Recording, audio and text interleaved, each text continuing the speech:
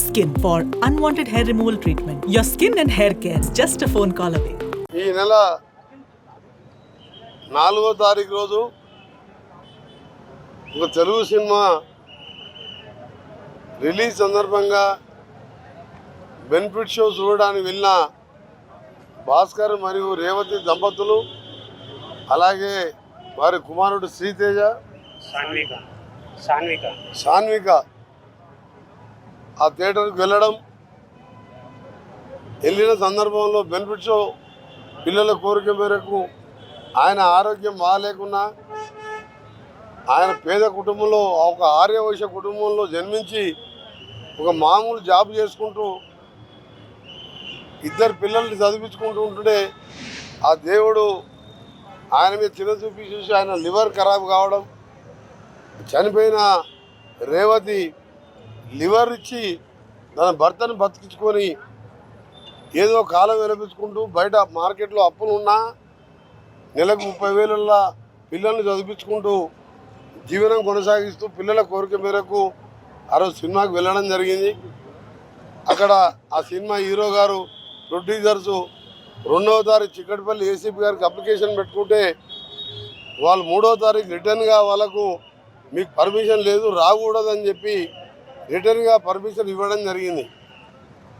అయినా సరే 4వ తారీఖు రోజు 9:30కి బెనిఫిట్ షో స్టార్ట్ అయిన తర్వాత ఆ హీరో గారు హీరోయిన్ గారు సినిమాకి రావడం, ఒకటేసారి ఆయన కాన్వాయ్ విత్ బౌన్సర్స్ ఆయన బౌన్సర్లతో లోపలికి గేట్ తీసుకొని పోవడం, ఆ గేట్ తీయగానే వేలాది మందిగా ఆయనతో పాటు అందరు మీద పడడం, ఆయనపై బాల్కనీలో కూర్చోవడం, ఆ తొక్కిసలాటలో రేవతి కొడుకు కింద పడిపోవడం, ఆమె వెంబడే ఆన్ ది స్పాట్లో చనిపోయిన అక్కడున్న సినిమా ప్రొడ్యూసర్ కానీ హీరో గారు కానీ ఏమాత్రం చూడుకోకుండా పోయి బాల్కనీలో వెళ్ళి సినిమా చూడడం.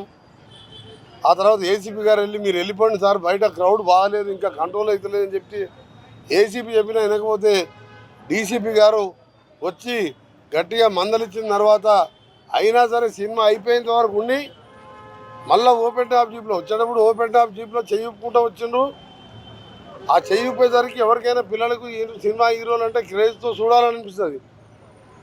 మళ్ళీ పోయేటప్పుడు కూడా అక్కడ రేవతి చనిపోయి ఉన్నది, కుమారుడు కోమాలకి వెళ్ళిపోయిండు, చెయ్యిపుకుంటూ హీరో వెళ్ళిపోవడం, సినిమా ప్రొడక్షన్ టీం కానీ ఎవరు కానీ అక్కడ ఎవరు పట్టించుకోకుంటే అక్కడికి వచ్చిన ప్రేక్షకులు దేశ్ముఖ్ హాస్పిటల్ తీసుకుపోవడం, అప్పటికే ఆమె చనిపోవడం, ఆ తర్వాత ఆ అబ్బాయిని కిమ్స్కి చేర్చుకోవడం. ఈరోజు ఆ అబ్బాయి పరిస్థితిని డాక్టర్ చేతన్ గారిని అలాగే హాస్పిటల్ మేనేజ్మెంట్ వారితో మాట్లాడితే ఆహారం తీసుకొని పరిస్థితుల్లో ఇక్కడ గొంతు దగ్గర ఆక్సిజన్ వెంటిలేటర్ తీసేసి ఇక్కడ హోల్ చేసి దాని ద్వారా గాలి పీల్చుకుంటూ నోజ్ ద్వారా పైపుల ద్వారా ఫీడింగ్ చేస్తున్నారు. చాలా వీక్గా ఉన్నాడు అబ్బాయి. నేను ఒకటే కోరుతున్నా, ముందుగా రేవతికి ఆత్మశాంతి కలాలని భగవంతుని ప్రార్థిస్తూ అబ్బాయి కూడా కోలుకోవాలని కోలుకుంటాడని కూడా కోలుకునే విధంగా ఆ దేవుడు ఆశీర్వాదం ఇవ్వాలని. ఎందుకంటే ఆ హీరో మీద కేసు బుక్ చేసిండు. సరే నేను దానికి కోర్టు పరిధిలో ఉన్న అంశం కాబట్టి నేను మాట్లాడదలుచుకోలేదు. భాస్కర్ గారు ఒకటే ధైర్యం ఇస్తున్నాను. గౌరవ ముఖ్యమంత్రి గారు రేవంత్ రెడ్డి గారు కూడా ఇంతకుముందు అసెంబ్లీలో అక్బరుద్దీన్ గారు రేజ్ చేసిన సందర్భంలో మా ముఖ్యమంత్రి గారు జరిగినదంతా కూడా చెప్పడం జరిగింది. నేను కూడా చెప్పాను ముఖ్యమంత్రి, నేను కూడా వెళ్ళి నా సొంతంగా కోమటిరెడ్డి ప్రతీక్ ఫౌండేషన్తో ఒక 25 లక్షల ఆర్థిక సహాయం చేసి ఆ తర్వాత హాస్పిటల్ బిల్స్ అన్నీ కూడా గవర్నమెంటే కడతానని చెప్పి ముఖ్యమంత్రి గారు చెప్పడం జరిగింది. ఇంకనే మేనేజ్మెంట్ గారు చెప్పినా మీరు ఎవరు కూడా ఒక్క పైసా తీసుకోవద్దని మా డిఎంహెచ్ఓ గారు కూడా ఇక్కడనే ఉన్నాడు. మొత్తం కూడా ఎంత ఖర్చు అయినా సరే అది హైదరాబాద్లో కానీ ఇండియాలో కానీ అమెరికాలో కానీ ఆ అబ్బాయిని బతికించే మెడిసిన్ ఎక్కడున్నా తెప్పియాలని చెప్పి వీరికి చెప్పడం జరిగింది. ఇక ముందు తెలంగాణలో నో బెనిఫిట్ షోస్.